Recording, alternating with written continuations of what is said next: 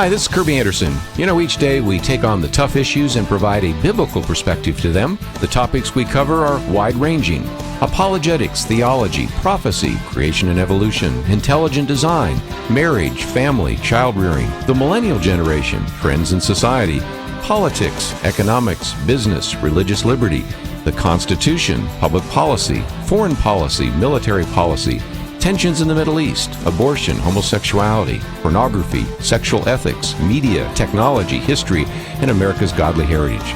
We talk about anything that affects your faith, your family, or your freedom.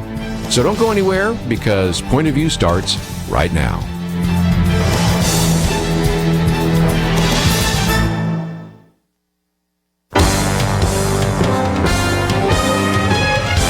Across America, live. This is Point of View.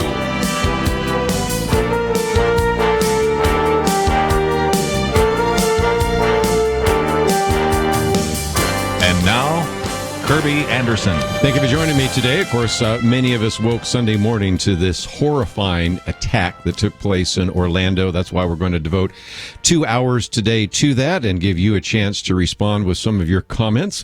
Worst mass shooting in America's history. And I want to look at the different layers and interpretations that people have provided, and if nothing else, try to provide some of the facts, figures, statistics about everything from gun control to jihadism and Islam, and some of the various aspects of how this has riveted our nation and how it certainly just saddens all of us.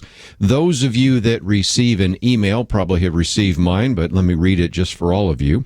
Over the weekend, America suffered the deadliest terror attack since 9/11. No doubt you've heard the reports that the target of the attack was the LGBT community. As Christians, we're called to love our LGBT neighbors, and today we pray for the victims and their families and loved ones who are suffering.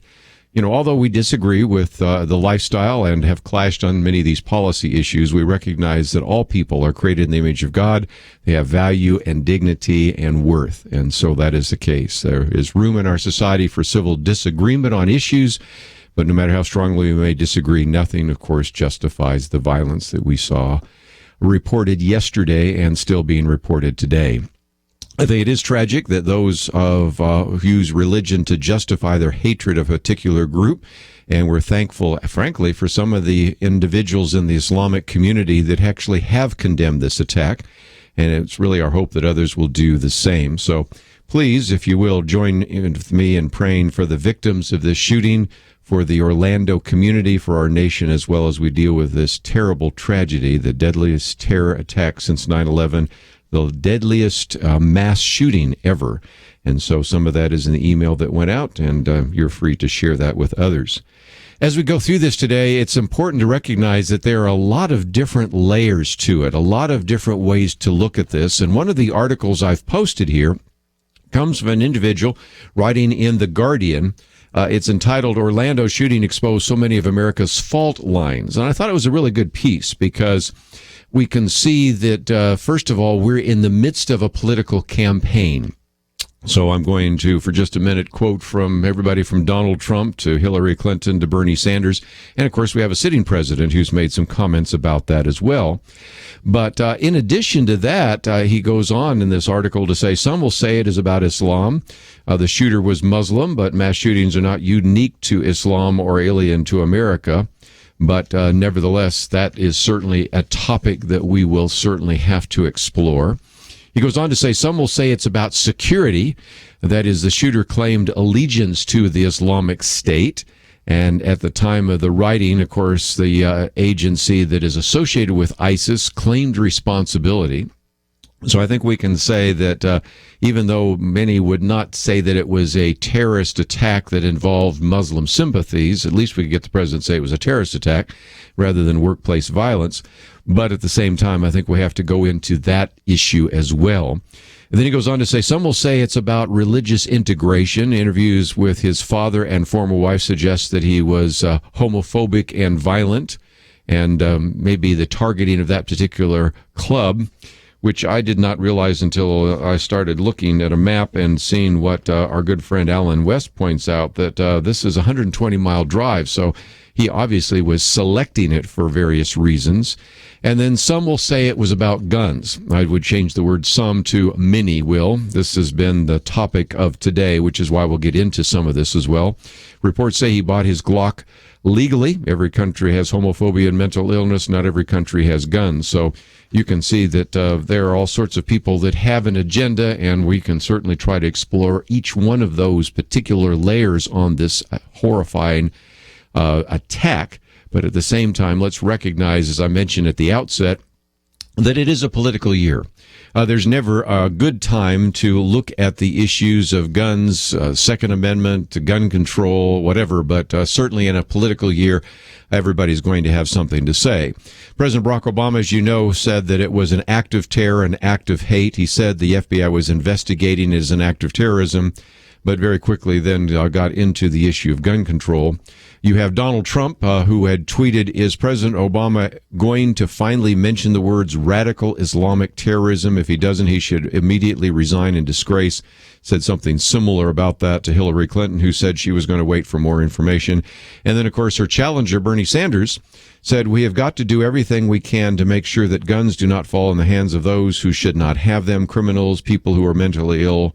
So that struggle continues. So you're going to have quite a number of comments over the next few days, no doubt, about this issue of gun control, no doubt about whether or not the problem isn't the ideology, but the problem is the weapon that was in particular used. And actually there were two. Of course, there's an AR-15 as well as a Glock handgun. Let me go to our good friend Alan West. He sat in this chair before. He sat across from us before, and he talks about the fact that, as I mentioned before, the nature of the establishment which was attacked is certainly not the issue, although certainly, as I point out, some are going to make an issue out of the fact that there was an attack on this particular nightclub, and this illustrates hate and intolerance and homophobia, may actually do so. But the point is that Alan West wrote this shortly after President Obama had completed his remarks, and he said he was rather disappointed. He says, we know this was an Islamic terror attack. We know this is the worst mass shooting of Americans in our history, and the number of 50 dead could rise.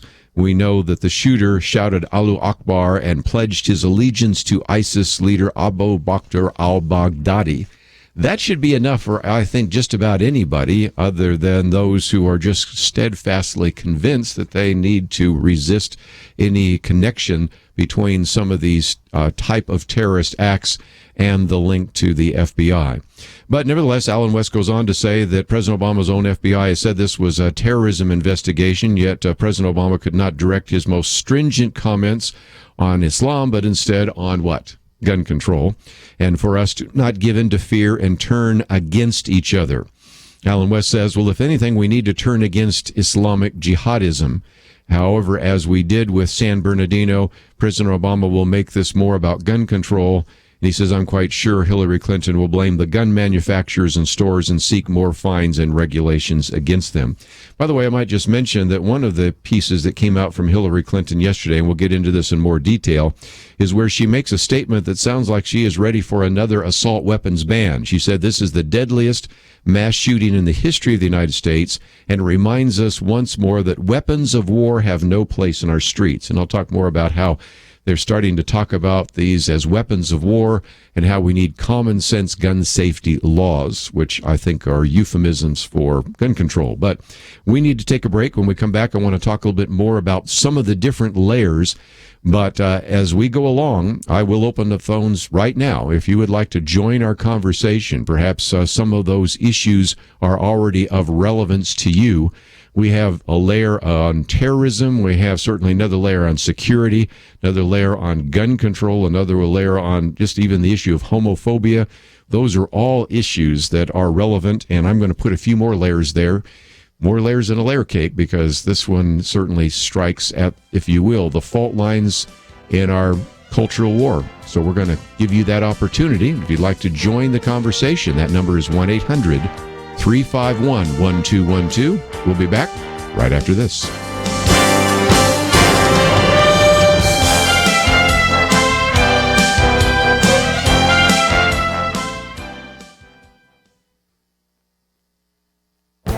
This is Viewpoints with Kerby Anderson.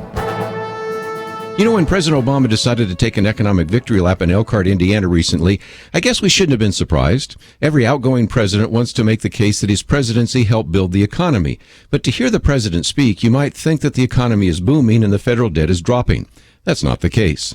The May jobs report showed that only 38,000 jobs were added to the economy, but that probably will be revised downward. The Brookings Institute argues that 4,000 jobs were actually lost last month. Even more disturbing is word from the head of the Federal Reserve, Janet Yellen, that they may consider imposing negative interest rates in an effort to get the economy growing again. Central to the president's message was the claim that some cable news stations and right-wing radio aren't giving a true picture and are the reason so many people believe the economy's in bad shape. First, it's hard to accept that the entire nation is being brainwashed by conservative media when the great majority of Americans get their news from major networks like ABC, CBS, and NBC, and left-leaning newspapers and social media. Second, economic facts are stubborn things. The truth is that incomes have fallen significantly during the president's 7+ years in office. The national debt has doubled. During his time in office, America's national debt has increased $10 trillion. That is more than all his predecessors combined. Third, the unemployment rate that the president quoted isn't really telling the whole story. If you finally give up and stop looking for work over a 4-week period, the Department of Labor no longer counts you as unemployed. More than 90 million Americans are out of the workforce. There's a reason why more Americans tell Gallup they think the economy's in poor shape. They see and feel the consequences of the policies of this president. I'm Kerby Anderson, and that's my point of view.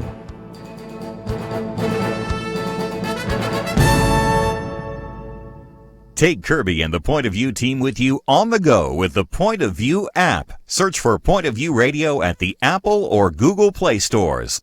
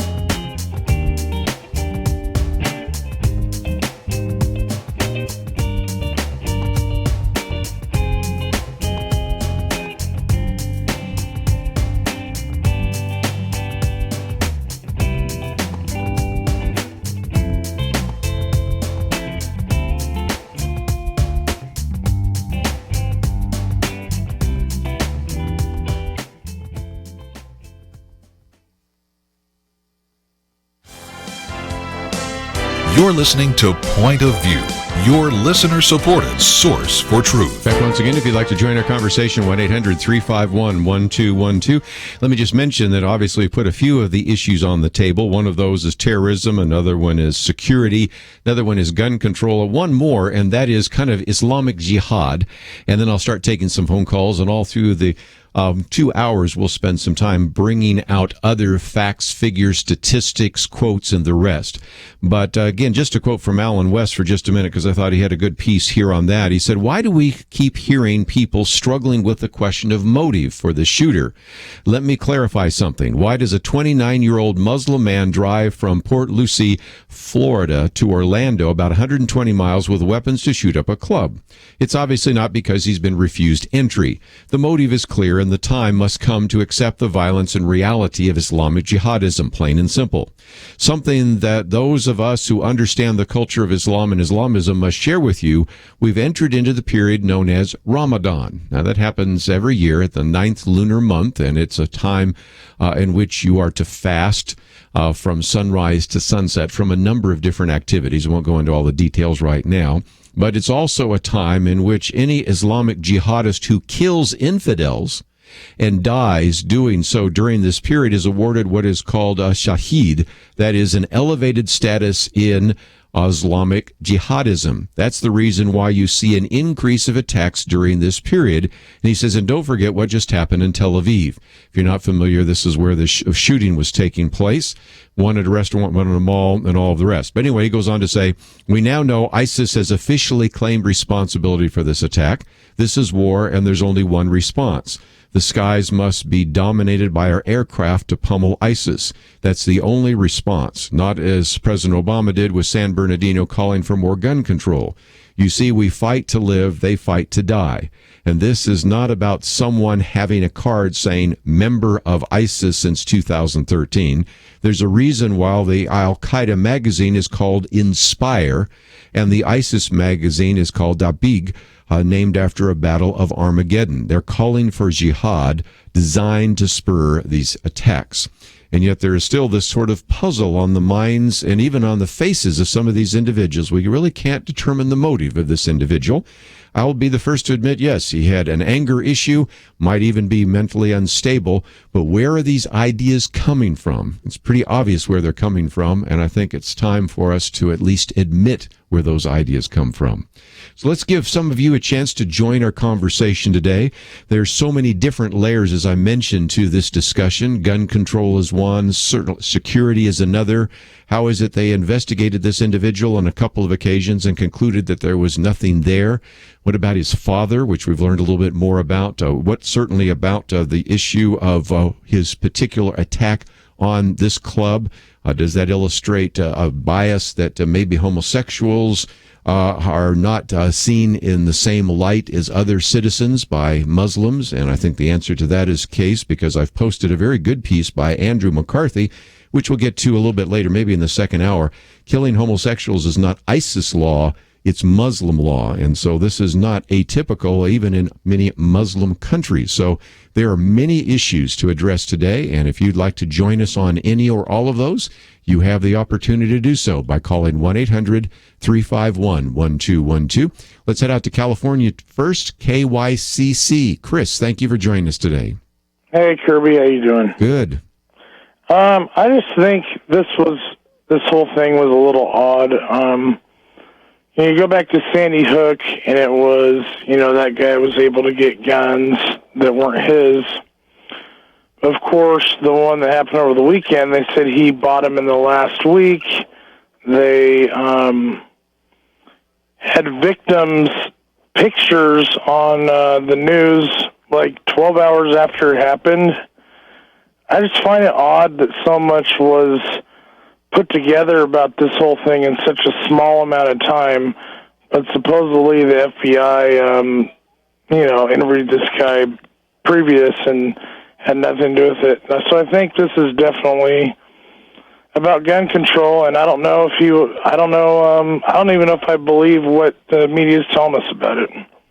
Well, we'll do what we can. If we can break a story that shows that some of the narrative is false, I'm always there for it. And interestingly enough, one of the things some people are starting to talk about are ways in which we might be able to catch future jihadists by maybe even approaching them and to use sting operations. Let me just mention that for just a minute. I don't think this is a sting operation that went bad, but in the Wall Street Journal, they're saying that, it's hard to second guess individuals, and this is why you have the situation with the Sarnoff brothers up there in Boston or this shooter here. And so they're suggesting that maybe a way to stop some of these individuals is to have an undercover agent invite an individual to take a step towards violence. If he refuses, then he's probably not a threat. But if he accepts, then it's fair to conclude he might have acted on his own eventually. And I'm well aware of this because, interesting enough, right here in Dallas, one day when I was not on this program and I was actually in a building, I was next to the building which was supposed to have been blown up by this jihadist. He was actually approached in an undercover sting operation, and he was ready to blow up one of these buildings in Dallas.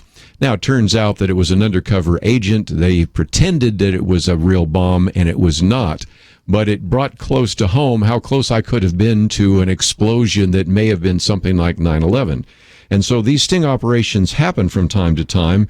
And as Chris points out, he was able to get guns and all sorts of things happen simultaneously. I think it's just very good news operation, but you do have to wonder about some of these sting operations and if any of those ever go haywire. If nothing else, remember Fast and Furious. That was a plan to actually distribute all sorts of guns south of the Mexican border so that this could be used for gun control arguments, but that one obviously went south very quickly, pun intended.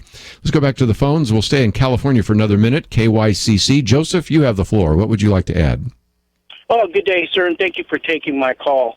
As a retired military member who has served since 1989 to 2009 and spent many years and tours over in that region, I think one thing that is very important and that we have been very lacking in our ability to tell the truth very appropriately in reference to moderate Muslims and extreme Muslims. We have nations and countries that we are very friendly with, apparently on the surface, but yet their ideological laws are extreme by the measure as Americans see it. For example, the treatment of women and homosexuals in Saudi Arabia, for example, is we consider them moderates, but yet their ideology is very extreme, and we don't express these things because we're in negotiations of oil and things like that.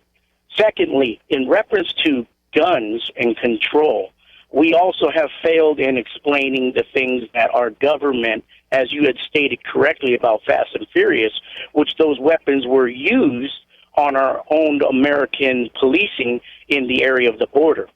The caller prior to spoke about Sandy Hook. If my memory is correct, these weapons were purchased by the mother True. of this gentleman who did the extreme murdering of these children of her own very classroom, which we failed to articulate that this woman made a bad judgment call of her own child who she knew was suffering from emotional issues. And the doctors who were treating this young man failed to do what was needed to ensure that these things weren't done appropriately. So then again, it comes back to the gun issue. I think so. Well, the only persons who are going to deal with more gun laws are those who are law-abiding citizens who follow the law to begin with. That isn't helping Chicago very much. The African-American community is suffering greatly to the gang warfare that is completely going over the areas of the media. I'm a minority in California, very close to Stockton, California. Do a little background check on that area. It's very, very dangerous. Oh, yeah. And I go to Stockton quite often because I've got good friends there at KYCC. Joseph, I'm coming to a break, and you have a lot of good things to say, but I have to take a break because it does not wait for anyone. So let me put you on hold, let you come back and make a few more comments. He's made some good comments already about the way in which even in the moderate Muslim world, you certainly see the denigration of homosexuals and even how women are second-class citizens, and then the issue of guns. So I'm going to keep him on hold a little bit longer, but then we're going to go to some other phone calls because, as you might imagine by now, we have almost a full bank of phone calls. So if you get a busy signal, it's only because a few people beat you there, but as a caller drops off, you can join the conversation. Talking today, of course, about this horrifying attack, the worst mass shooting in America's history. I have a lot more to say about that, and we'll do so right after these important messages.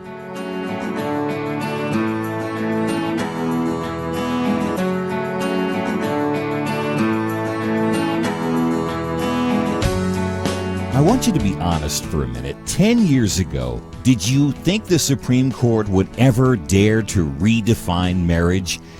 That a president would threaten schools unless they permit males to shower with your daughters, told hospitals they must do abortions and sex change procedures or lose federal money? Did you honestly foresee any of this? We must stand together today and defend our liberties, or in the next few years, the nation will be transformed in ways we can't imagine. Please, please, join Kerby and Point of View Radio and defend what's right. We have a June 30th deadline, the end of our fiscal year, and it's critical we finish this month on firm financial terms. Partner with us. Give the most generous gift you can, and right now, it will be doubled up to $10,000. Give online at pointofview.net or call 1-800-347-5151. Thank you for standing with us to defend faith and family. Pointofview.net and 800-347-5151. Point of View will continue after this.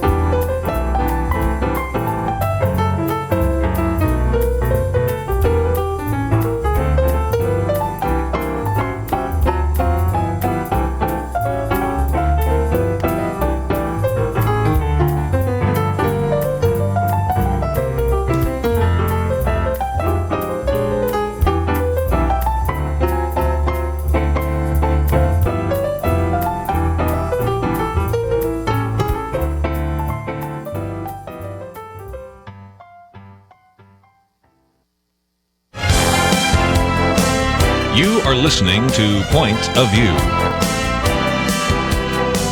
The opinions expressed on Point of View do not necessarily reflect the views of the management or staff of this station. And now, here again is Kerby Anderson. If you'd like to join our conversation, 1-800-351-1212, talk about the worst mass shooting in America's history, certainly the worst terrorist attack since 9/11.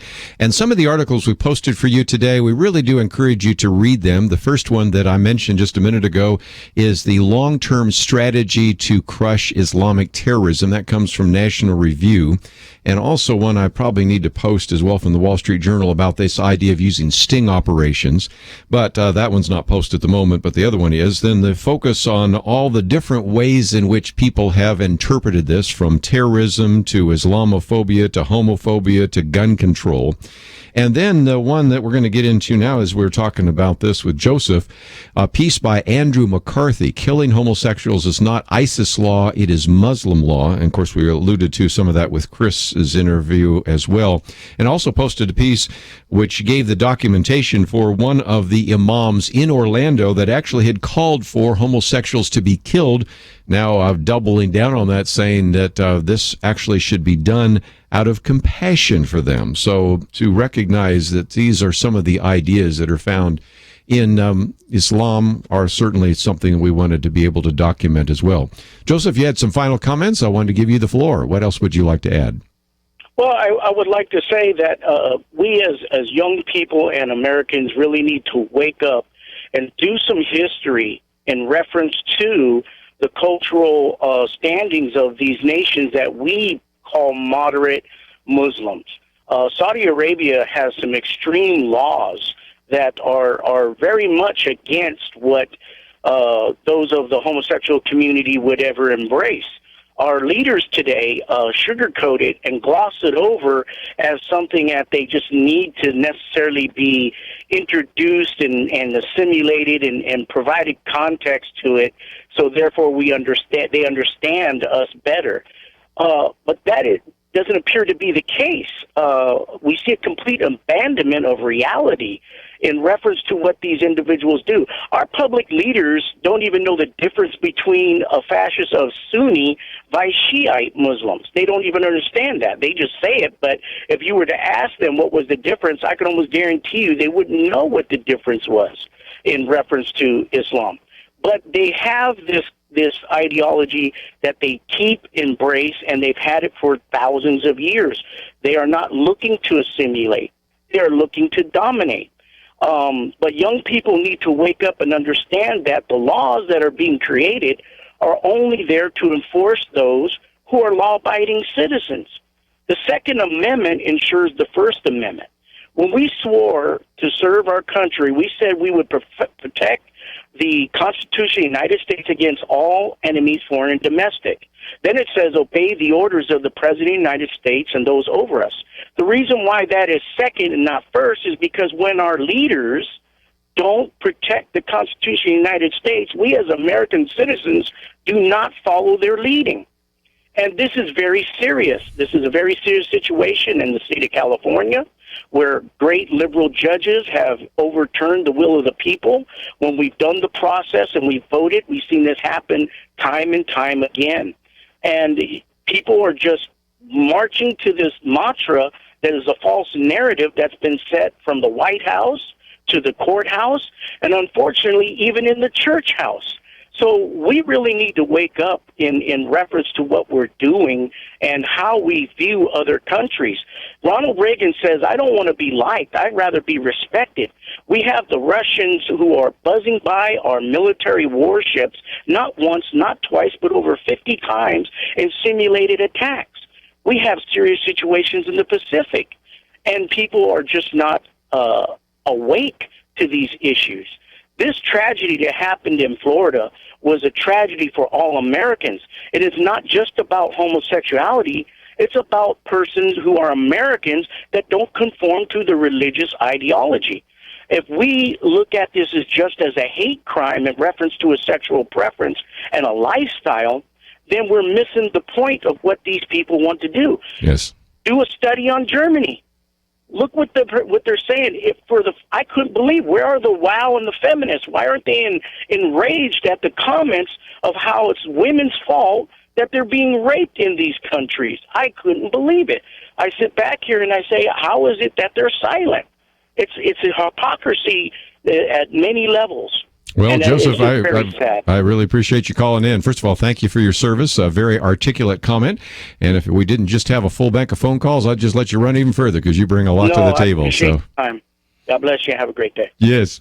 And again, he mentioned the Muslim countries. Those of you that are not familiar with what it's like, we've talked about this before, how difficult it is to really grow a democracy or a republic on a Muslim soil, simply because you have, in Saudi Arabia, for example, if you're a woman, sad to say, first of all, you're not allowed to vote, you're not allowed to drive, you're not allowed to leave your home without a male companion that's a family member, and on and on. It just, it goes on. And so also when you talk about, as you mentioned just a minute ago on the issue of rape, the woman's particular testimony is worth half of a man. So this is how so often this goes on, and without any kind of recourse. So there's a lot of real concerns, and this is why it's also an election year, and why you need to pay attention to who you're going to elect to Congress, both your member of the House of Representatives and 34 different U.S. Senate races, as well as paying attention to who you're going to elect as president, and also who you're going to elect to your state legislature. These are all very important topics, and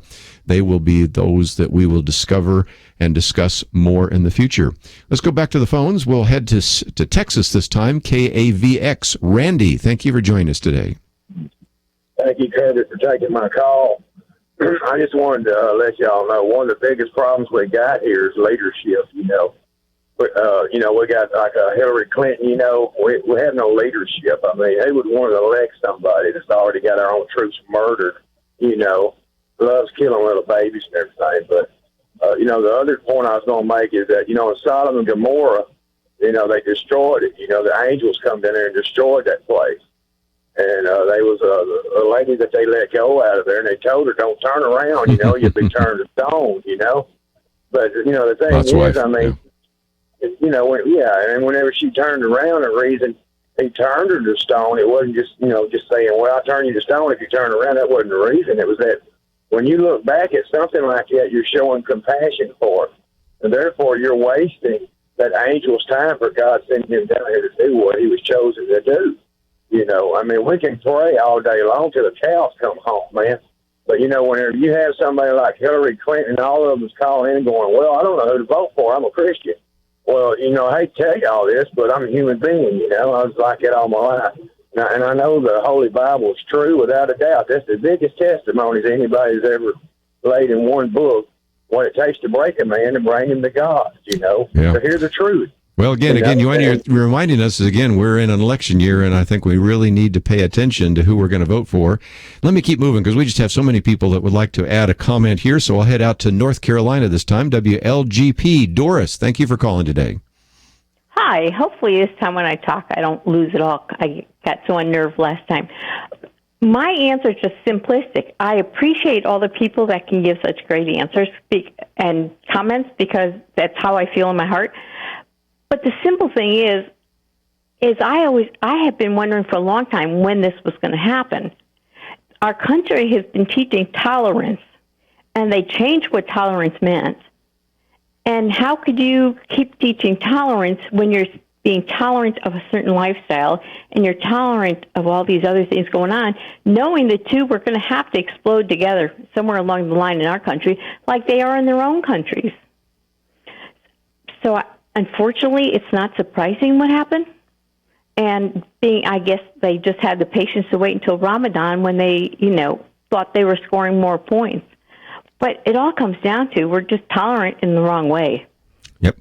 And again, I've heard, as I've looked at some of these articles and read a little bit, that ISIS in many cases wants to attack places that they think are decadent. That's why there was always a wonder as whether or not ISIS would attack in Las Vegas. I'm just picking that one city out of many others they could have. And even here, whether this individual was educated by ISIS or simply motivated by it, it's worth mentioning for those of you that have ever been to Florida that he had to drive about 120 miles to Orlando in order for that to take place. So this shows a tremendous amount of premeditation, a lot of motivation, and a selection of a place that might be, in his mind, represented decadence. Also a place that probably was a gun-free zone. The fact that he was able to kill 49 people. By the way, you might see a debate between 49 and 50 where you said there were 50 that were killed. That's true, but only 49 were victims because he was the 50th that was actually killed. So that's why you see a number different between 49 and 50 sometimes, based upon the decision by the FBI today to round it down to 49 and to leave him off. But nevertheless, you can see that he chose for some reasons, and we'll come back and talk about the Muslim view of homosexuality. Also take some more phone calls. All that coming up right after this.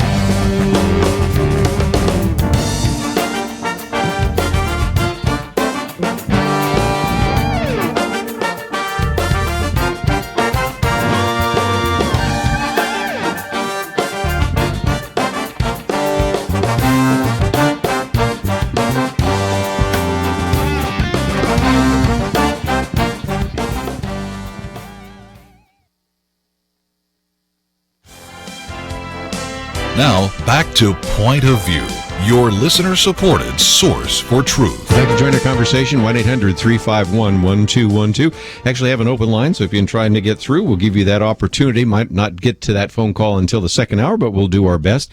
Since Randy and Doris both raised it, and sort of some of all of our callers have as well, let me just mention that one of the articles I've posted is by Andrew McCarthy. You might say, okay, who is he? Well, he actually was the prosecutor that prosecuted the first attack on the World Trade Center, the Blind Sheikh and some of that. And his piece, Killing Homosexuals is Not ISIS Law, It's Muslim Law. And if you wanted to read a little bit more about this, I recognize that this would still be a horrific attack no matter whether it happened in a church or in a restaurant or in a nightclub, whether it was gay, straight, black, white, doesn't make any difference. But there is an issue here, and that is some that are saying, well, he had a very perverted view of homosexuality. No, it's a pretty typical Muslim view of homosexuality. And because Andrew McCarthy is such a researcher, he actually, in this article, which you might want to download, actually has the quotes from the English version of The Reliance of the Traveler. You might say, well, what is that?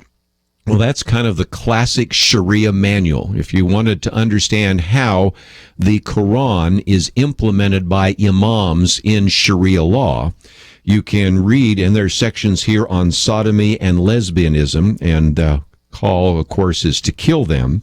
And you might say, well, maybe that's in the manual, but it's not in the constitutions of these various countries. Oh, yes, it is. He gives you the list as well of 10 Muslim by death, and this comes from the Washington Post. You don't have to take his word for it. You can take the Washington Post.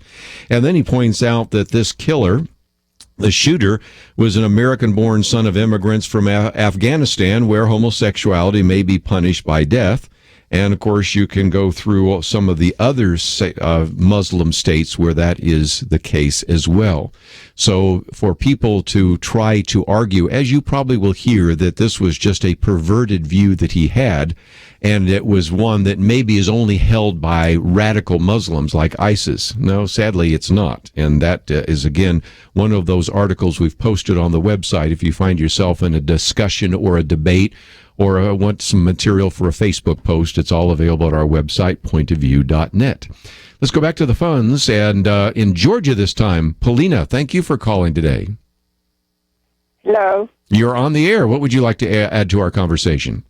I'd like to say, 9/11, when 9/11 happened, well, they were already in Florida learning to fly planes to blow us up. All right, Clinton was in office at that time when they come in to begin with, before Bush took over. But they know what to do, and they have their guns already here, and we probably talk to them every day. So they can't blame the Americans of the United States and try to take our guns away from us because these people coming in here wanting to destroy us. And you are right about the Sodom and Gomorrah. I read it all the time. You are very right about that, and the guy that called in is right about that. But still, they're human beings, and they're in the United States, and they're supposed to be protected by our president. And Trump is right. We do need to tighten up the wall and keep the Muslims out of here, because the Muslims do have a rule about homosexuality and sodomism. You're right. It's in the Bible. And if anybody reads the Bible, it's plain as day. They can see it in there. Okay. And God destroyed the world. He destroyed Sodom and Gomorrah. When Lot was in there, he sent the angels in there to tell Lot and his wife to get out, that he was going to destroy the city. Okay, I think we've had a couple on Sodom and Gomorrah. I want to get on to some other issues there, and we've talked about that twice. So let me go on to another person in Georgia on the Good News Network. Tommy, what would you like to add to our conversation today? Yes, sir. What happened is that just like in Benghazi, Obama blamed a video. Now he's blaming the internet for this thing, and knowing that the Muslim faith is a violent faith, and it's just like I had that man that you had on, that William Ferry that you had on there. I got his book about the Quran. Uh-huh. The Quran says that they kill these people. Just what you just said a while ago, Kerby, is that this is a violent religion, and here we are fighting it, but we got a president that's going to back him up and all. And I just don't understand it, Kerby. How can America keep letting people like him? Where's the impeachment laws where he knows he's wrong? And and this thing is happening. And about the people that got killed, Kerby, I'm against homosexual, but you know what? Them 49 guys there, they gone to hell because they didn't have a chance to repent. And this is not right. You're talking about violence. Well, that's violence there when you tell people, you kill them without them knowing what's going on. So I don't know, Kerby. It's just America's in bad shape, and I hate to say it, but I don't like Trump, but I'm going to vote for him because he's what I think's what America needs right now. Yeah, well, and I think we're going to see a lot of comments over the next couple of days that are going to be very strikingly different in terms of how to handle Islamic terrorism. What about the issue of Second Amendment versus gun control? What kind of security measures we might want to implement? And this, as I said before, is a tragic, really a significant tragedy in any year, but especially this year because it is a political year. We have presidential candidates, we have senatorial candidates, we have congressional candidates, and frankly, I'd even ask these questions of people running for your state legislature because how they answer those questions will determine in large part what they may want to do in their own particular state and who they would let in and what kind of services they would provide and how rigorous they would actually enforce some of our laws. Let's, if we can, take another phone call. We'll go to Arkansas this time, KCMH. David, I understand you were a missionary. Tell us a little bit more, if you would. Well, I've been a missionary a couple times, but the last time we were in the South Pacific for about 7.5 years, and we had been promoting a revival in New Zealand for about 4 years when we met a man who used to be a Muslim and in the secret police of his native country. And today he's building Bible schools in the jungles of Indonesia. But because of his secret police connections, he's got friends in the secret police. Even though he converted to Jesus Christ, they still respect him. And because of those connections, he knows that, well, he told us in New Zealand that every Muslim in New Zealand would rise up in revolution if told to do so by certain Islamic authorities. Wow. He said 80% of them would probably prefer to live peaceably among you. He said, but they'll do what they're told out of fear of what will happen to them if they don't obey. He said they're ruled by fear. Yes, very true. And he said the same is true with Australia, Canada, the United States. But he also ended his message on a positive note by pointing out that the only hope for New Zealand was revival, and that was what we'd been doing in New Zealand for 4 years and continued for 7 years total before we went to Australia. Now that we're back, we're promoting revival here, and something that could give you an idea of what God can do is there's a series of DVDs out produced by the Sentinel Group called the Transformation Series, and we personally know some of the people involved in 3 of these revivals in Fiji, in Colombia, and most recently in Manchester, Kentucky. You know, I've got to go to a break, but is there any way that you could send me just a link to that? I'll buy the videos and everything, and maybe we can talk more about that on the program. I think that would be a real encouragement to our listeners. Okay. Would there be an email address at your website? Yeah, certainly is. And okay, I'll see what I can do to get that to you because we were just in Manchester, Kentucky a few weeks ago, and right now there's a revival in West Virginia that started in a public school. The ACLU's been trying to shut it down, and they're standing up to them. Very good. Well, appreciate that. And let me just say that as we go to the break, and we'll take some more of your phone calls in the second hour here, we do encourage you to consider what you might do to support this ministry. Even today, you've probably heard some things you did not know, a perspective that you value, and, of course, a forum for you to express your opinions. And so please take the time to visit our website. Click on that banner that says, Will You Stand for Truth? Give now. Between now and the end of our fiscal year, which ends June 30th, we really need to hear from you, and we need your support. We'll be right back. I want you to be honest for a minute. 10 years ago, did you think the Supreme Court would ever dare to redefine marriage? That a president would threaten schools unless they permit males to shower with your daughters, told hospitals they must do abortions and sex change procedures or lose federal money? Did you honestly foresee any of this? We must stand together today and defend our liberties, or in the next few years, the nation will be transformed in ways we can't imagine. Please, please, join Kerby and Point of View Radio and defend what's right. We have a June 30th deadline, the end of our fiscal year, and it's critical we finish this month on firm financial terms. Partner with us. Give the most generous gift you can, and right now, it will be doubled up to $10,000. Give online at pointofview.net. or call 1-800-347-5151. Thank you for standing with us to defend faith and family. Pointofview.net and 800-347-5151. Point of View will continue after this.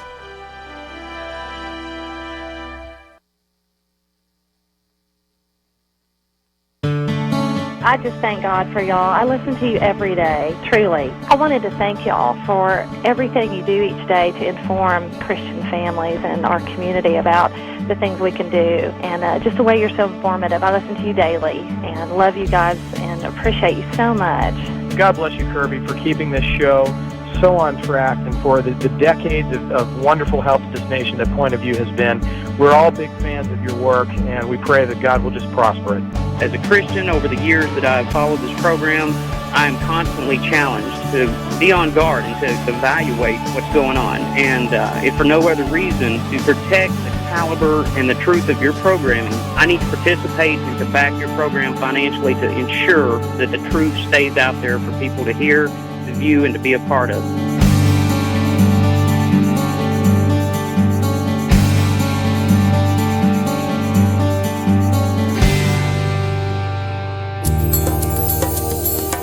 This is Point of View Radio.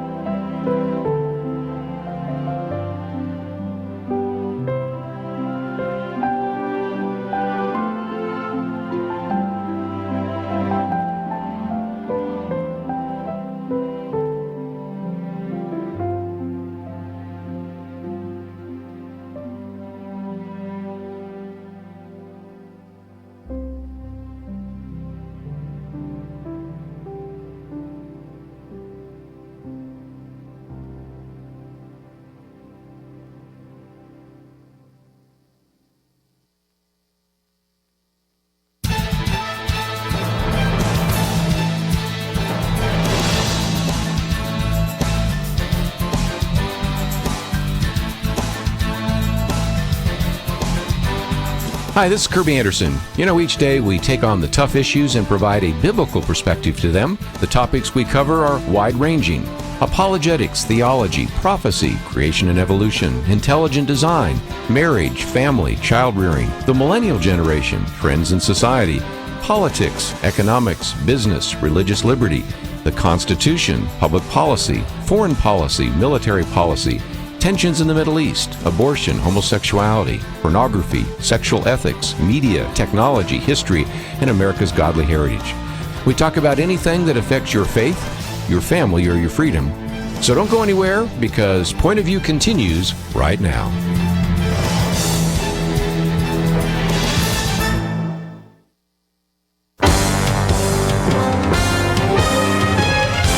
Across America, live, this is Point of View.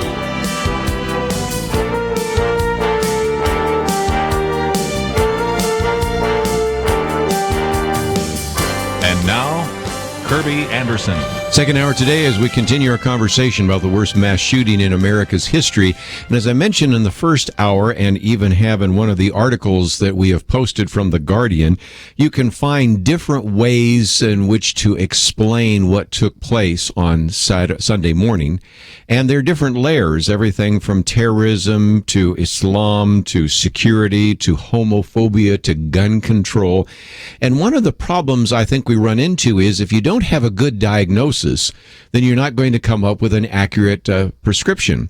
And you probably have all had an experience of going to a doctor or know someone went to a doctor and they gave their best diagnosis, but it turned out to be wrong. And it wasn't until you had a good diagnosis that you then might have had a cure. This is the problem I think we have right now, because we have so many different people giving so many different answers. They all can't be right.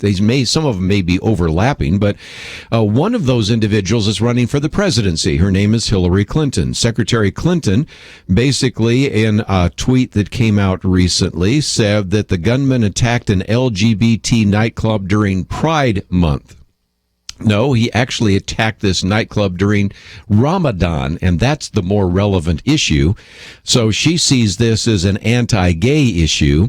And then she says, finally, we need to keep guns like the ones used last night out of the hands of terrorists or other violent criminals.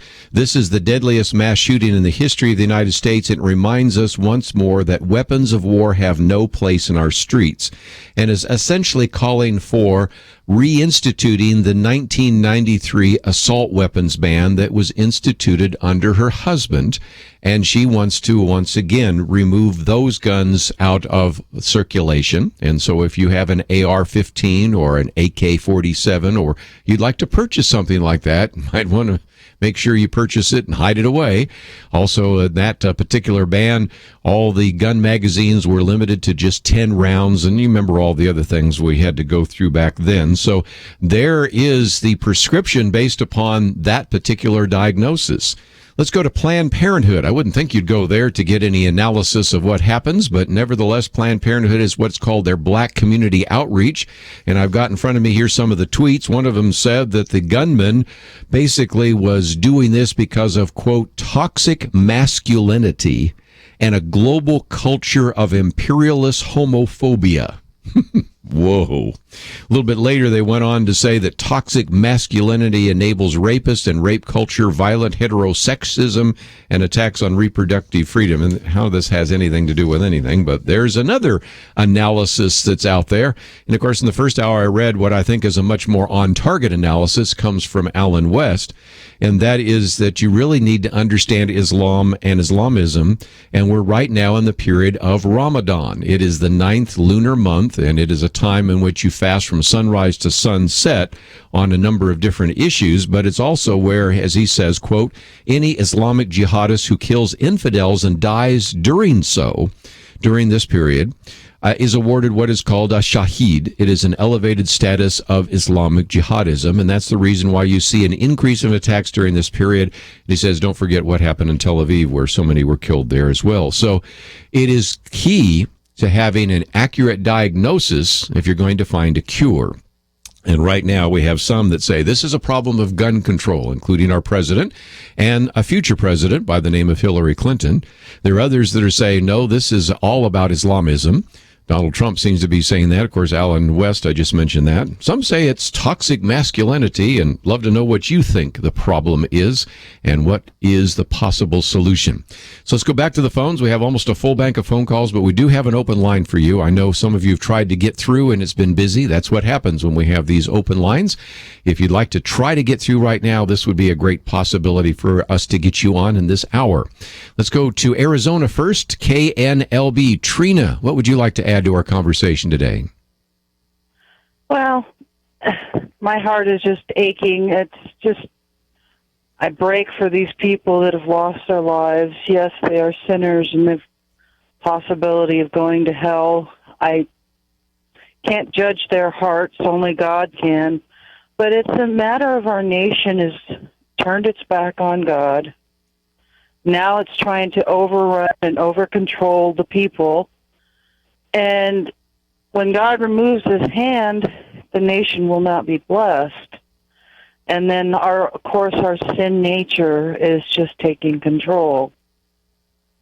And it breaks my heart.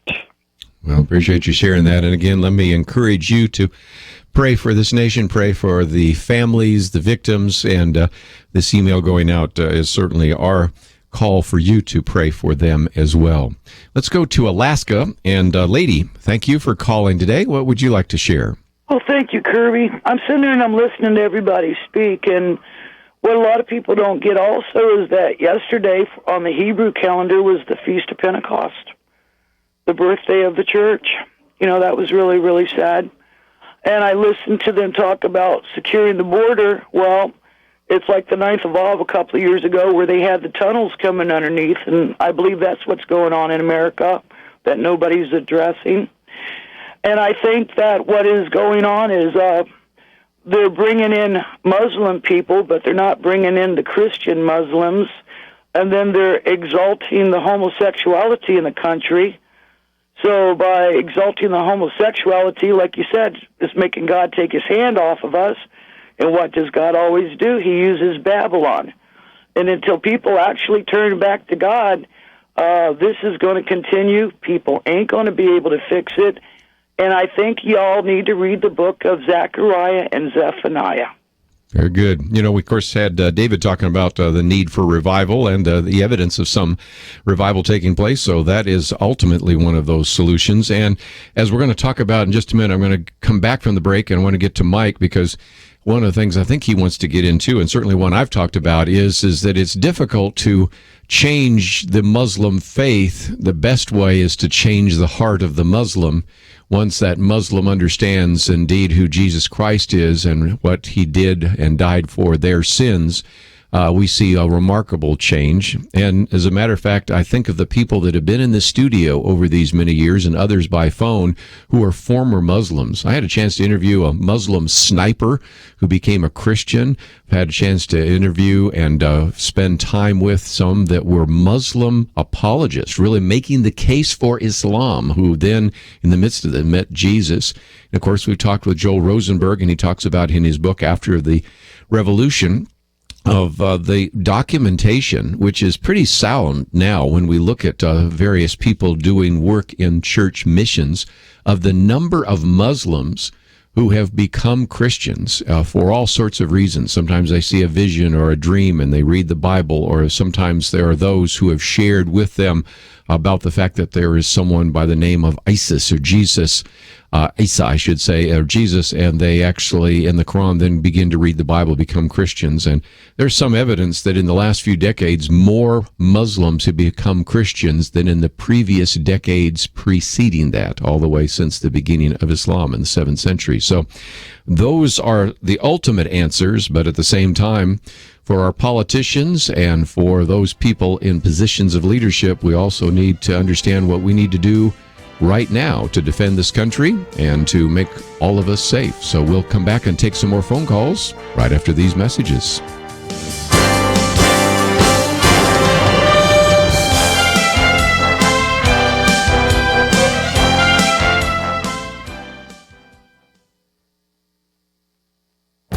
This is Viewpoints with Kerby Anderson.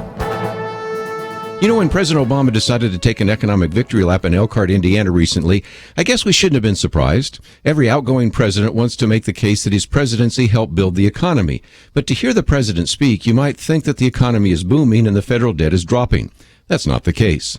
The May jobs report showed that only 38,000 jobs were added to the economy, but that probably will be revised downward. The Brookings Institute argues that 4,000 jobs were actually lost last month. Even more disturbing is word from the head of the Federal Reserve, Janet Yellen, that they may consider imposing negative interest rates in an effort to get the economy growing again. Central to the president's message was the claim that some cable news stations and right-wing radio aren't giving a true picture and are the reason so many people believe the economy's in bad shape. First, it's hard to accept that the entire nation is being brainwashed by conservative media when the great majority of Americans get their news from major networks like ABC, CBS, and NBC, and left-leaning newspapers and social media. Second, economic facts are stubborn things. The truth is that incomes have fallen significantly during the president's 7+ years in office. The national debt has doubled. During his time in office, America's national debt has increased $10 trillion. That is more than all his predecessors combined. Third, the unemployment rate that the president quoted isn't really telling the whole story. If you finally give up and stop looking for work over a 4-week period, the Department of Labor no longer counts you as unemployed. More than 90 million Americans are out of the workforce. There's a reason why more Americans tell Gallup they think the economy's in poor shape. They see and feel the consequences of the policies of this president. I'm Kerby Anderson, and that's my point of view.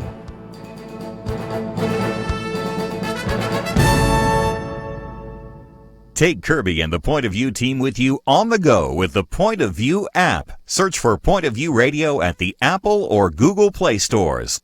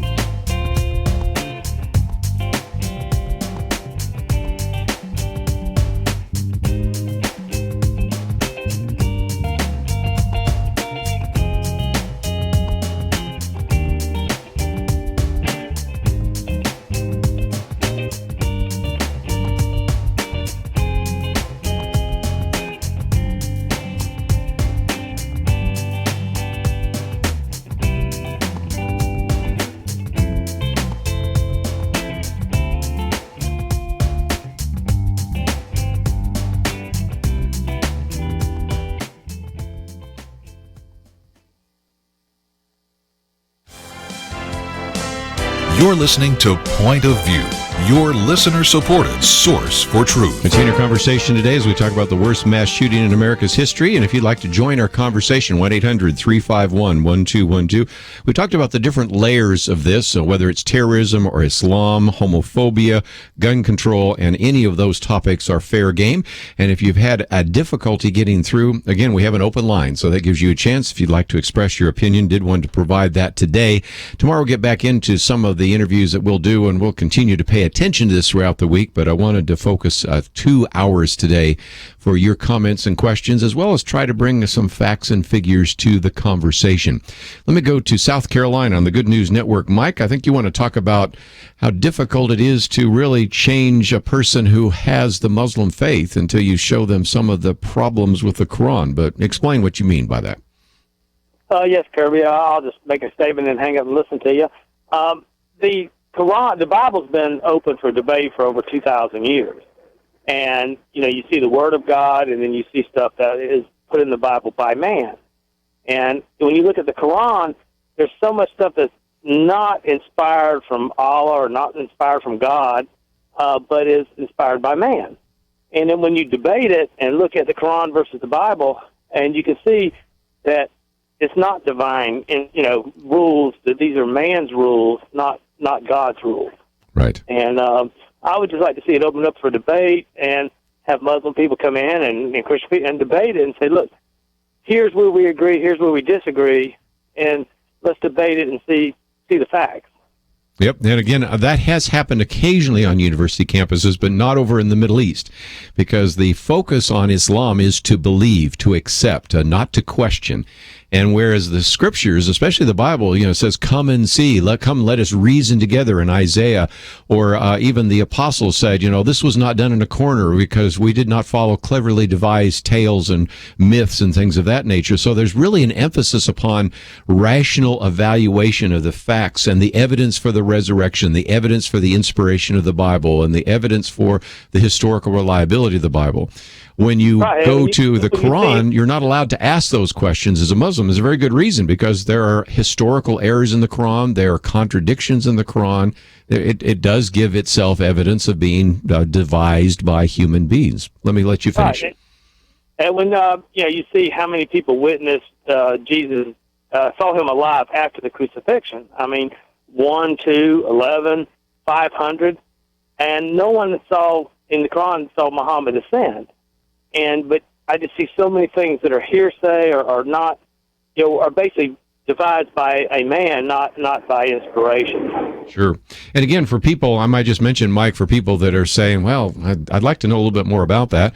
We've had Robert Spencer on a number of times in which he's done that, and you can read his books.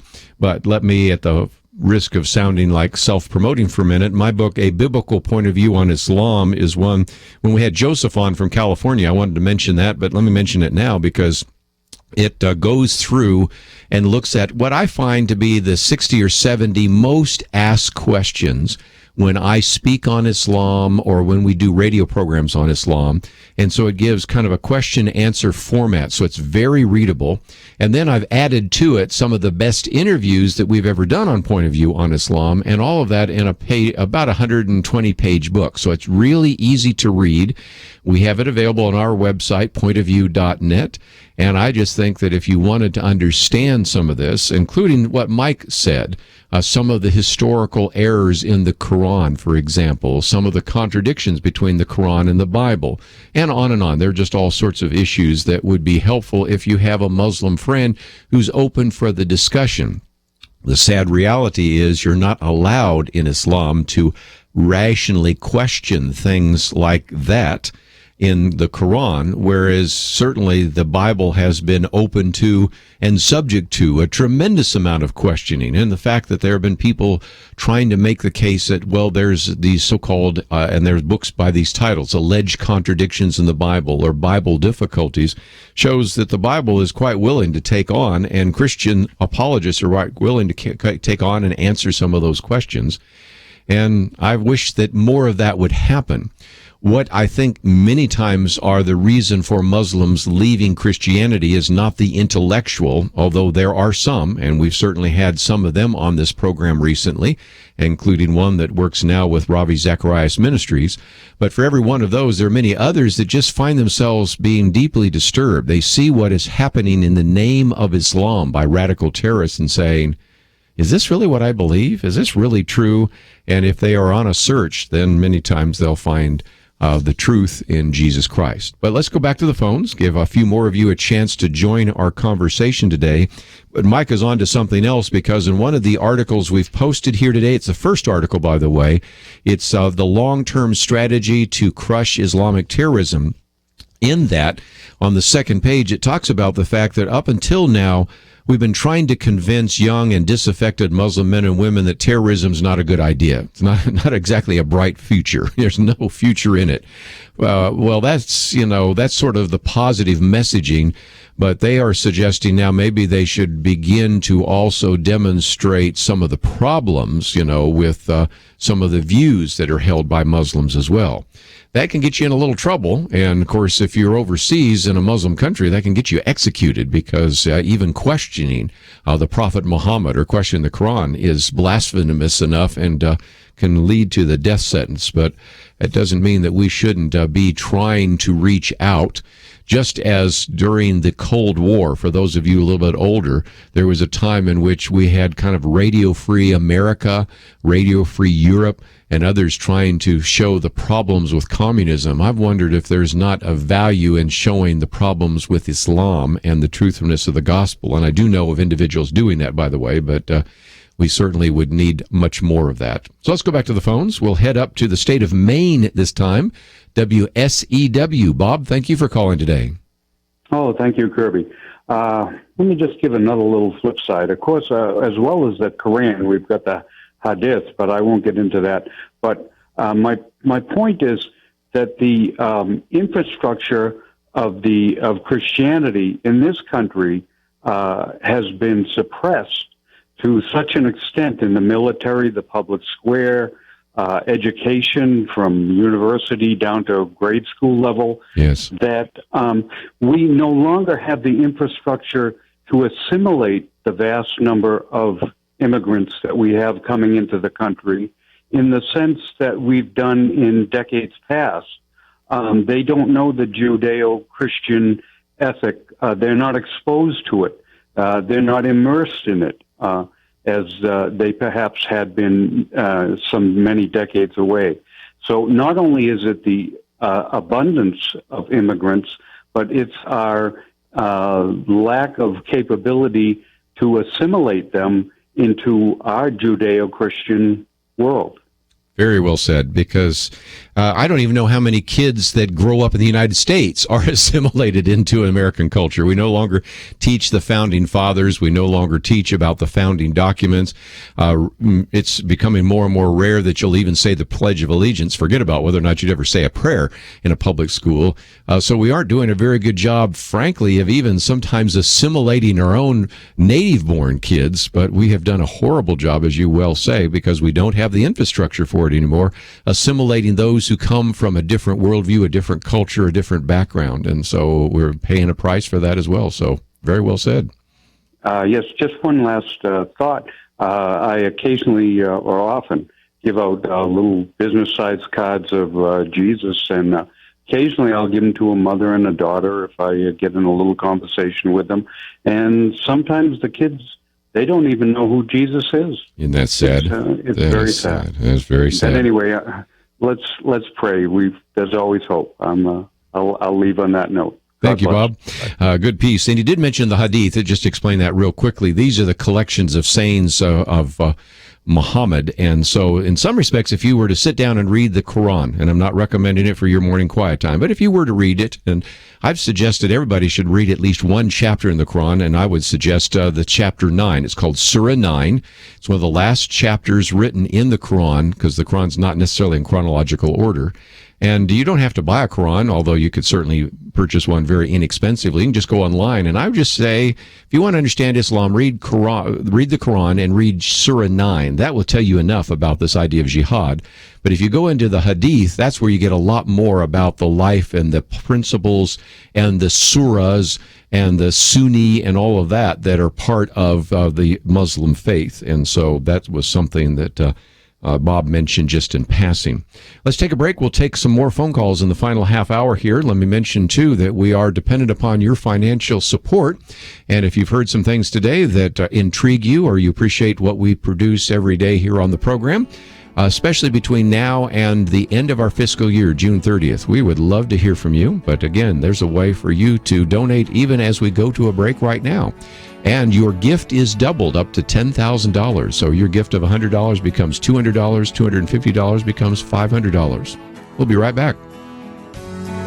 I want you to be honest for a minute. 10 years ago, did you think the Supreme Court would ever dare to redefine marriage? That a president would threaten schools unless they permit males to shower with your daughters, told hospitals they must do abortions and sex change procedures or lose federal money? Did you honestly foresee any of this? We must stand together today and defend our liberties, or in the next few years, the nation will be transformed in ways we can't imagine. Please, please, join Kerby and Point of View Radio and defend what's right. We have a June 30th deadline, the end of our fiscal year, and it's critical we finish this month on firm financial terms. Partner with us. Give the most generous gift you can, and right now, it will be doubled up to $10,000. Give online at pointofview.net or call 1-800-347-5151. Thank you for standing with us to defend faith and family. Pointofview.net and 800-347-5151. Point of View will continue after this.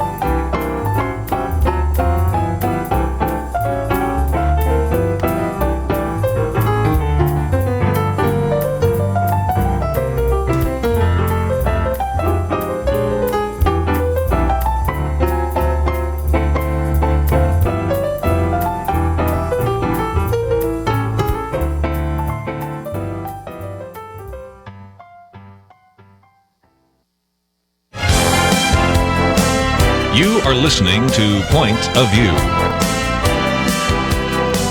The opinions expressed on Point of View do not necessarily reflect the views of the management or staff of this station. And now, here again is Kerby Anderson. Final half hour, if you'd like to join our conversation, 1-800-351-1212. Talking about some really important issues, obviously, today, and this involves, of course, the deadliest attack that has come to our country in some time. Certainly the worst mass shooting in America's history, certainly the worst terrorist attack since 9/11.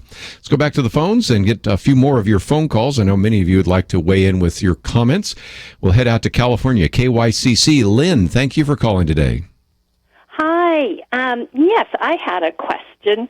I was watching an interview last night on TV about this tragic shooting, and there was an interview of a person from CARE and how they were supporting the LGBT community. But isn't CARE a Muslim Brotherhood organization that's not really supporting? Yes, and let me pick that up because I thought that was a very good point. Now, for people that are not familiar, CARE stands for the Council on American Islamic Relations, and they have been sort of the mouthpiece for Muslim groups. But you're right, there are some very significant connections between the Muslim Brotherhood and CARE. It's completely overlap. I mean, it's like a Venn diagram, but there's a lot of overlap there, and so there is that. And I thought it would be helpful because of that to post a piece that is on our website, which comes from Andrew McCarthy. It's called Killing Homosexuals is Not ISIS Law, It is Muslim Law. Now, Andrew McCarthy, as I mentioned earlier in the program, is the prosecutor, the one that prosecuted the first attack on the World Trade Center. Individual that has really spent a lot of time researching Islam and is pointing out in this particular piece that if you go and look at the various documents that Muslim groups have, and perhaps the most significant is what is called the Manual for Sharia. It's called Reliance on the Traveler, and it gives you the English translation of it. And in section page 17, it's 17.1, 17.2, and the rest, you have the comments about sodomy and lesbianism, and you get to the very fine points there where it says, kill the one who sodomizes the one who lets it be done to him. And so you have, again, all sorts of statements made that this is something that should be a capital crime. And then he goes through and takes a little bit further opportunity for you to hear from even some of the so-called moderate Muslim spokespeople.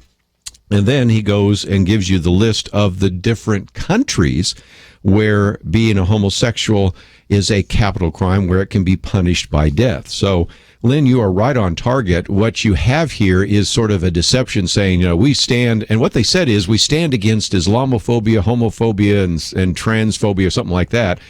Well, yes, they really stand against Islamophobia, but they want to just kind of put their arms around, figuratively, individuals that are in the homosexual community at the moment. But when you get right down to what is the core teaching in Islam, not only is homosexuality seen as wrong, but it's seen primarily by those who hold to Sharia law as a capital crime and punishable by death.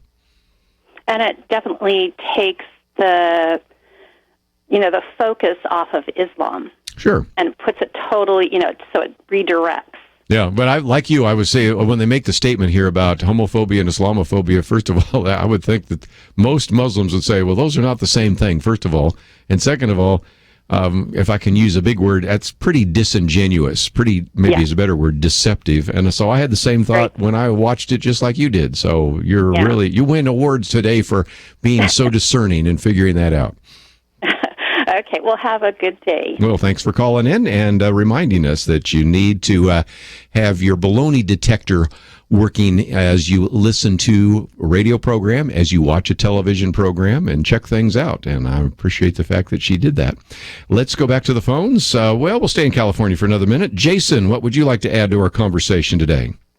Well, I noticed a common theme about the San Bernardino shooting, the shooting in Orlando, and the Virginia Tech. Okay. I don't know whether you think this way or not, but I don't think the Second Amendment has a blanket, coverage to people that are not citizens of the United States. I don't think that they have a right to have a weapon, whereas the president's coming out and saying, well, these were legally purchased, and legally possessed firearms. I don't think that's the case with the lady in San Bernardino or the Virginia Tech shooter, because they were not, I don't think they have the protections of being citizens of the United States. Now, this guy in Orlando, he might have gotten a citizenship. I don't. No, he was born here, so he's a citizen, because there you go. That's another one. 14th Amendment, if you're born here, you're a citizen, even if your parents aren't. And, of course, we can have a debate about that, but that's the reality. So he was considered an American citizen. But you're right. There are some things that are a little bit different. There are some similarities between San Bernardino and what happened in Orlando, because both were motivated by radical Muslim thought. And, of course, as you point out, there is some similarity with the Virginia Tech individual who had an Asian background and the San Bernardino shooters. So there's some obviously interesting connections. So I appreciate you bringing those up. We'll maybe explore that a little bit later. I'd love to, again, once explore not only the Second Amendment, the 14th Amendment, because I think some of those have been misused. But, hey, when the Supreme Court rules, I guess it makes it true. And I'm being somewhat facetious, by the way. Let's go back to the phones, though. We have so many others that want to weigh in with their comments, and I want to give as many of you a chance to do so. So we'll head out to Texas this time. KBJS, Maxine, you have the floor. Thank you for taking my call.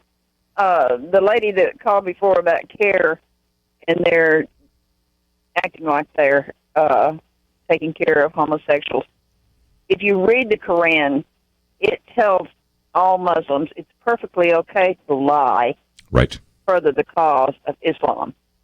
And they do lie constantly. I mean, I don't even consider Islam a religion. To me, it's a satanic cult. The ISIS justifies every act they do with passages from the Quran. And whether you want to call them a peaceful Muslim or a moderate Muslim or a radical Muslim, they all live by the same book. And whether they're out there doing anything, if they're not out there doing the killing, then behind the scenes they're cheering them on. And don't kid yourself about that, because all of them live by the same book and the same rules, made up by a dead pedophile who lived in the 6th century. And for Christians who want to believe the best of them, the Quran teaches that Jesus was not the Son of God. Right. He was just a prophet. And they put him as number 2 behind Muhammad. Yeah, they say he's the don't Messiah, believe- and he's a prophet, but the seal of the prophet, the first prophet, is Muhammad. Right. And let me say something else real quickly before we go on, because you say some things real quickly, and I hope people understand it. There is this concept in the Quran known as taqiyya, Taqiyya, taqiyya. I know it's a little hard to pronounce, but this is the idea that deception is allowed. It's a term that allows an individual to be deceptive. And of course, sometimes people are deceptive in war, and if you believe you're in war, you understand that as well. You don't tell your enemy how many forces you have or when you're going to attack, and so that's part of that idea of deception.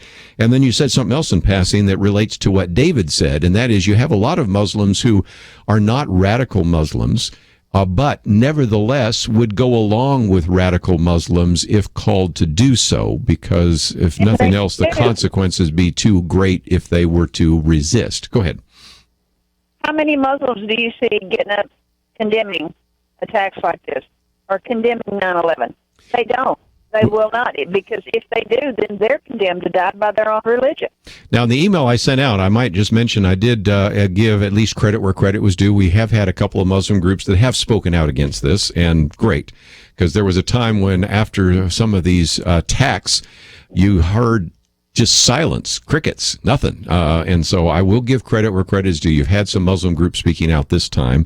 But as we just talked about a minute ago with Lynn, sometimes when they say, well, we stand with those individuals who have been subjected to homophobia because we, of course, have been subjected to Islamophobia, well, not so sure how serious all that is. So, Maxine, you got a good point. Had a little bit of trouble with your phone line, but hope everybody could hear what she had to say. Let's take a break, and when we come back, I'll take a few more phone calls if you would like to join the conversation. And I hope as we're going through this, you're learning a little bit more about Islam, and if you'd like to learn more that you could read, again, I mentioned my book, A Biblical Point of View on Islam. We make it available through Point of View.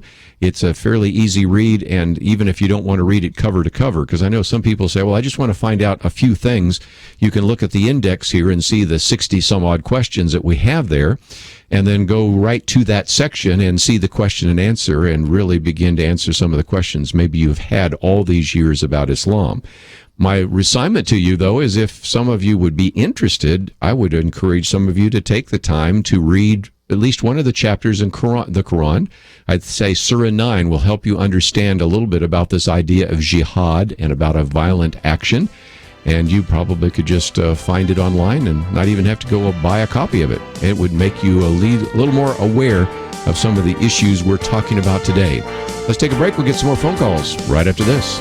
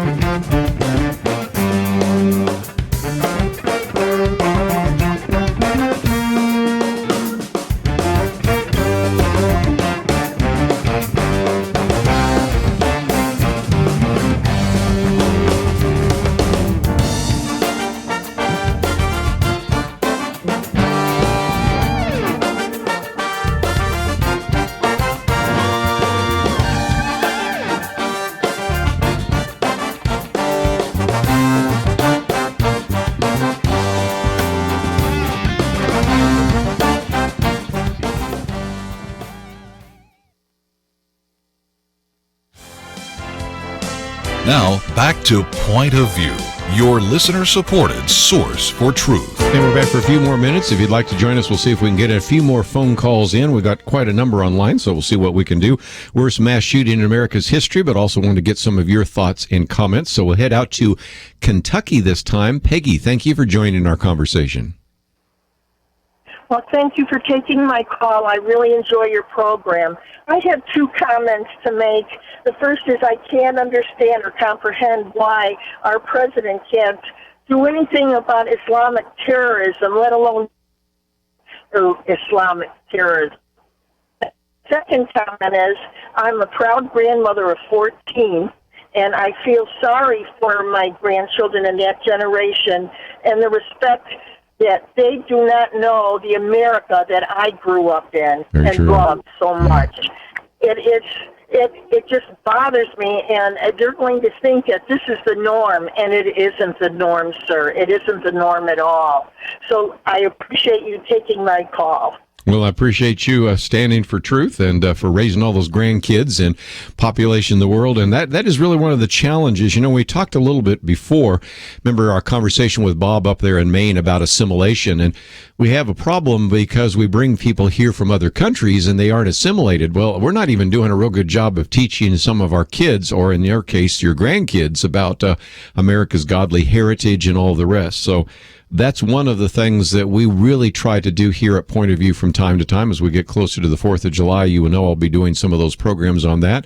And especially since it's the summertime, that's a time maybe to get some of your kids and your grandkids around the radio and say, come on, just listen to this for a minute. You know, maybe I'll even give you an ice cream treat if you listen to this guy for a few minutes and learn a little bit more about America's godly heritage, because that's really what we need to do. And to begin to turn this nation around requires us to educate and equip and empower individuals. And that's really what we're about here at Point of View. So I agree. It's a very different world that we're raising our kids in, and that's really sad. Just before we run out of time, let me take at least, if I see, get maybe 2 or 3 more phone calls here. We'll go to California. Luciano, I think you want to talk about the Quran. You have the floor. Hey, I have a family that I know who came over from Yemen, and right now Yemen's not really good and stuff. Right. And from what I've been studying, the Quran is supposed to be a very pure religion. And I would agree with Muhammad Ali that we should be focusing on the peaceful part of the religion, and the guys who mislead are the guys who never really understood Islam for what it was. And if Islam is failing, we should then try to enforce Christianity. But first, we need to realize what's the good part of Islam. And what I would say is there are really 2 parts to Islam, and it's really 2 parts of Muhammad's life. And that is most of the surahs, there's 114 surahs, and 86 of them are what are called the Meccan surahs. That is, he actually was a prophet in Mecca, and there is where Muhammad talks about peace. But then the later surahs happened in Medina. They're called the Medinan surahs. There's 28 of them. And those all are the ones about war and jihad. Now, the problem with this, Luciano, and the problem most Muslim reformers are having is that there is a doctrine known as abrogation. That is, later revelations from Allah to Muhammad abrogate or invalidate previous ones. Well, since all the surahs in Medina happened after the ones of Mecca, and the ones in Medina are all about jihad and the kind of rigorous battle fighting that is part of a lot of Islam, that's why it's become so difficult to reform Islam, because anyone who is taking a literal interpretation of the Quran will probably be a jihadist. I mean, if you take a literal interpretation of the Bible, you're most likely to be peace-loving, because there are verses here about love your enemies and turn the other cheek and go the second mile, teachings by Jesus. And so a more literal interpretation of the Quran would make you probably pretty peace-loving. But a more literal interpretation of the Quran, especially if you use this doctrine known as abrogation, will make you more of a jihadist. So that's the difficulty that reformers are having in trying to, if you will, turn the relationship or turn the religion around. Now, are there moderate Muslims? Yes, we've had a few of them on our program. Not many, but we've had some. But this is the challenge they face. And so taking the good part out of Islam is tough, because much of the good part was in the early revelations, quote, revelations, not in later ones. And that's why you have the problem that you have today. Let's take one more phone call real quickly. We'll go to KJRT in Texas. Christy, I'm going to let you have the final word. What would you like to say today? Well, thank you, Kerby, because I always like to have the last word. Anyway, what I was going to say is that, I got to thinking about the news report that talked about this man taking his son and going into the restroom and everything. And I thought to myself, if you've ever walked into some place, as a mature adult, as a Christian, and all of a sudden you realize, wow, I don't need to be here, you just turn around immediately and you walk out. And I was really mystified by the fact that he would actually take his son into this club and then continue to take the son into the restroom. And I thought about it afterwards, and it almost, to me, if I was casing a place, if I was looking to do harm to someone, that's what I would do. But if I was just, you know what I mean? But if I was so horribly offended or whatever by whatever I was seeing, I would just do an about face and head out the door. Yeah. Well, there you go. Just something to think about. You know what I mean? Yes, and again, something to think about. Yeah, well, it's a very good point. And of course, when we've talked about some of these shooters, they certainly have been able to case the joint, if you will, or been able to know what they are going to do. In San Bernardino, of course, he had actually worked there. And in other cases, well, we talked about the Virginia Tech shooter; he'd been on campus. But in other cases, they kind of, if you will, scoped it out. And we know the 9/11 hijackers did sort of some trial runs, and we've seen some since then that have tried to get through TSA, and you wonder if they're planning something else in the future. So these are all issues that certainly need to be addressed. And if I could one more time suggest that we have a couple of articles that might be helpful to you today as you're thinking this through. The first one, again, that comes from our friends at the National Review, the editors, on a long-term strategy to begin to address Islamic terrorism. And I'm going to try to put that together in a commentary that you might want to read later because of some of the other great material that has come out from our friends at the Wall Street Journal and elsewhere. Then we have the piece on, how to look at this issue in terms of terrorism, Islam, security, gun control, homophobia, and that one comes from The Guardian. And then one I've mentioned a couple of times here as well, and that is by Andrew McCarthy, Killing Homosexuals is Not ISIS Law, It is Muslim Law. And so those are some pieces that we have posted there as well. And of course, in the next couple of days, we're probably going to be hearing more about gun control, especially since Hillary Clinton has said that this is a time in which we need to get the weapons of war off of our streets. That's, I think, a very clear indication that she wants to have a new assault weapons ban. And so one of our future articles in Outlook magazine will address how effective was that, and do we really have an increase in mass shootings, an increase in gun violence, or is it maybe possible that because in many of these gun-free zones, these shooters, whether they're motivated by Muslim thought or even by just bizarre ideas in their head, go to gun-free zones? And so we'll get into all of those issues as we do so often here on Point of View. If you're a new-time listener, first-time listener, I hope you'll listen again because we talk about all sorts of issues, and we will do that tomorrow. But I also would encourage all of you to visit our website, pointofview.net. As you go there, you'll find my commentary today on some of the economic facts. We have our Take Action section, our video. But most importantly, please, if you would, click on that banner. It says, "Will you stand for truth? Give now." And we recognize our religious freedom is under attack, and we encourage you to do what you can to stand for freedom and to support this ministry so that we can continue bringing these programs to you every day. We have a $10,000 matching fund, so that means your gift of $100 becomes $200. So visit the website, pointofview.net. I want to thank Andrew, Catherine, and Shamila for their help behind the scenes. We'll see you back here tomorrow. I want you to be honest for a minute. 10 years ago, did you think the Supreme Court would ever dare to redefine marriage? That a president would threaten schools unless they permit males to shower with your daughters, told hospitals they must do abortions and sex change procedures or lose federal money? Did you honestly foresee any of this? We must stand together today and defend our liberties, or in the next few years, the nation will be transformed in ways we can't imagine. Please, please, join Kerby and Point of View Radio and defend what's right. We have a June 30th deadline, the end of our fiscal year, and it's critical we finish this month on firm financial terms. Partner with us. Give the most generous gift you can, and right now, it will be doubled up to $10,000. Give online at pointofview.net or call 1-800-347-5151. Thank you for standing with us to defend faith and family.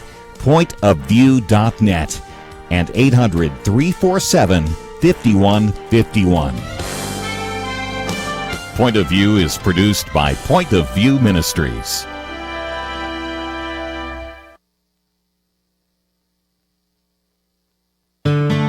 I just thank God for y'all. I listen to you every day, truly. I wanted to thank y'all for everything you do each day to inform Christian families and our community about the things we can do, and just the way you're so informative. I listen to you daily and love you guys and appreciate you so much. God bless you, Kerby, for keeping this show so on track, and for the decades of wonderful help to this nation that Point of View has been. We're all big fans of your work, and we pray that God will just prosper it. As a Christian, over the years that I've followed this program, I am constantly challenged to be on guard and to evaluate what's going on. And if for no other reason, to protect the caliber and the truth of your programming, I need to participate and to back your program financially to ensure that the truth stays out there for people to hear, to view, and to be a part of.